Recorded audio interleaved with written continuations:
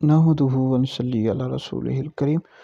ایک سوال ہمارے پاس راولپنڈی سے آیا کہ یہ جو حضرت سیدنا جنید بغدادی رحمۃ اللہ علیہ کی کرامت بیان کی جاتی ہے کہ آپ ایک دفعہ کشتی پر سوار ہوئے، کشتی ڈوبنے لگی تو آپ نے اس بندے کو کہا یا جنید یا جنید کہو، اس نے اللہ اللہ کہنا شروع کر دیا، کشتی ڈوبنے لگی۔ جب یا جنید کہا تو کشتی تیرنے لگی، اوپر آ گئی۔ تو اس پر کچھ لوگ اعتراض کرتے ہیں یہ کس طرح ہو سکتا ہے کہ اللہ کا نام کہا جائے اور کشتی ڈوب جائے؟ تو یہ اولیاء کی کرامات ہوتی ہیں۔ کرامت کہتے اس کو ہیں جو عقل میں نہ آنے والی۔ اس حوالے سے یہ فتاوی فقہ ملت میں ہے کہ انڈیا کا ایک صوبہ ہے مہاراشٹر، تو وہاں پر ایک بزرگ ہے، ان کا مزار ہے، حضرت سیدنا قمر علی درویش رحمۃ اللہ علیہ۔ وہاں ایک گول پتھر ہے، اس کا جو وزن ہے 90 کلو ہے۔